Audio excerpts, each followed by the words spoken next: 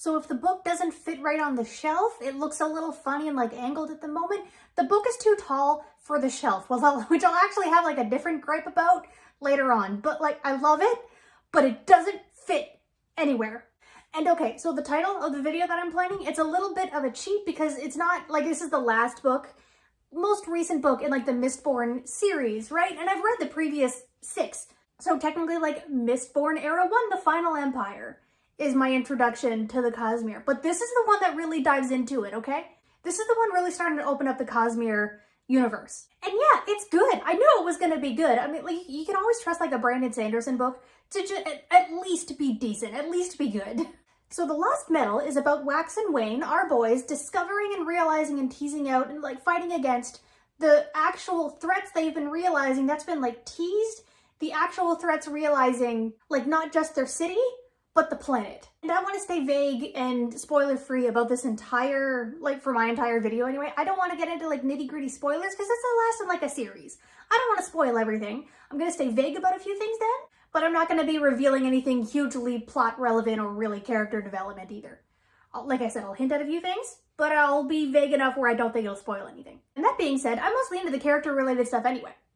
Although, you know what? I will admit this book does fall into the, technically the trope of like world domination, world ending threats, but it is highlighted by smaller and still, you know, like city-wide problems and like a threat level. So in regards to those characters, we get a time skip of like 5 or 6 years, and Wax and Steris have kids. I'll admit that is just a cute development. Wax is such a good dad, and you know that Steris had like 6 go bags in every single room during her entire pregnancy. That girl planned down every meticulous day and meal. She was on point. And Steris gets the recognition that she deserves at the end of all of this. My girl. So yeah, that's an easy thing that I love. Love the Wax and Steris dynamic. I will admit, I love their dynamic. I kind of, in like book 3 mostly, even though I know Wayne's endeavors, I actually kind of started shipping Marassi and Wayne. But I'm glad I was wrong.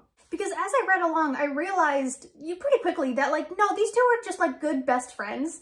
We need more platonic friendships, and Wax and Marassi worked great together on the job. I would have liked to see more of that though. I would have liked to see them taking on more cases together. There's like an opening, but I would have liked to see that more like maybe like carried through, or even have like a memory of them working in the past. I would have liked to see more of them together. Now for Marassi, is it Marassi? Part of the way I was reading this, I was thinking like, is it Marassi or Marassi? I'll admit, I'm not sure where to put the emphasis now.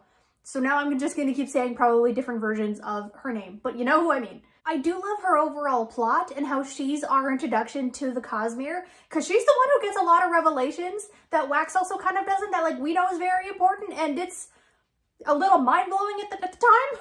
So I love all of her plot relevant stuff, right? But I will admit, in regards to her character dynamic and relationship with a previous character from like book 3 that we met, I'll admit I don't remember his name right now. The guy with the mask. I love the whole worldly plots of like Elendel with the southern continents and the people who wear all of those masks. That's a whole different culture that we're introduced to. Love that. And one of the characters has a mask. We met him in book 3. I don't remember his name. But him and Marassi are dating now. Okay, like that's cute. And it was kind of set up in book 3 because he was absolutely infatuated with her and her powers, but also Wax and his powers. So I thought he was just interested in like the power dynamic. But no, they actually have a cute little like relationship. But we don't really see it flourish. Like we see the starting little seeds of it in the 3rd book, Bands of Mourning, and now they're in a relationship. And granted, it's a time skip. It's been happening over 5 or 6 years. Okay. But I would have kind of liked to see that dynamic because I don't remember the guy's name. But yeah, I would have just liked to see that play out a little bit more, or maybe like, you can really insert a relationship dynamic into this book for her too, because she was already like established in her plot stuff. And there wasn't really room for like a romance side story. So I get that. But also in my own defense, if you were to take out that relationship, nothing in Marassi's story would have changed. It wasn't overly relevant. And don't get me wrong, I'm glad she's happy, but I think she could have also been an example of like a female lead character not having to be in a relationship. I feel like everyone was paired off. Ironically, not Wayne though. Now speaking of Wayne, which is weird because that's also a family member's name of mine. But speaking of Wayne, I like him. I do, but there was like a good climactic moment that was executed wonderfully. It didn't hit me personally as much as I think it wanted to. Again, it was like a great moment, but I think it was just me. It was probably just me, I'll admit.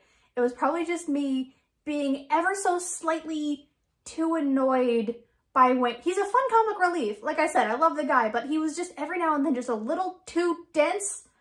And with Wayne too, I liked what he was struggling with like internally, because that was definitely set up through the entire books too, all of them. I liked his internal struggle, how it was turning a little bit darker, mostly just because I like a good tragedy. But after one conversation with Wax, he's kind of fine. I will admit there's been previous conversations, it's been set up, and we knew he was going to have to talk to Wax about this eventually, and Wax is his best friend, basically his brother. It's going to hold more weight. But it was a bit of a quick turnaround. So yeah, wonderful ending, and it does have that perfect blend of like tragedy and catharsis. But I actually need to show you my bookshelf. I need to show you my bookshelf at the moment because I love this cover. I love this book. I love this cover. It's a tall boy. I like it. It's very pretty. But I have a bit of a gripe with it. And it's honestly easier just to show you, so come here. So I know I made it like a short about this like a while ago, but it felt fitting to add into this video too, right? So there's like my first Mistborn book. There's the first Mistborn book. The Secret Histories is actually behind it. I haven't read that one yet. I forgot I had it. Actually, I forgot that was there. But the first Mistborn book, it's also too tall, right? It's also too tall, and then the rest are just mass market paperbacks, and then the Lost Metal, which is also taller than even the first Mistborn book. And it's just an awkward, I like the bookshelf moment. I'm slightly annoyed by it at the same time. And I'll admit it's on me because I couldn't find the original publications. I couldn't find the original cover of the Lost Metal, so I had to, get the new one, which I didn't mind. That was the only one at the bookstore at the time. But this now means for myself that when like the third era of the Mistborn books start coming out, I need to obviously like continue down this section. I'm going to need to move a few things, but I need to get the slightly taller one in the middle of the series. Because if these aren't going to match, if they're going to be all a hodgepodge, different mix of covers and different sizes and different like heights, I need to go all in. So yeah, I might as well finish the video kind of like standing in front of my bookcases. But that's my thoughts on the Lost Metal, the little boy right there. And actually I'm just looking down, my Stephen King shelf is a bit of a mess. But still Brandon Sanderson wise, I do have on my TBR shelf The Way of Kings. I'm not starting this brick yet. Look at this thing. It's gonna take me months, but eventually I will. At the moment, I'm almost on 6 of Crows, which has been great. But yeah, feel free to like and subscribe, and I'll see you all next time.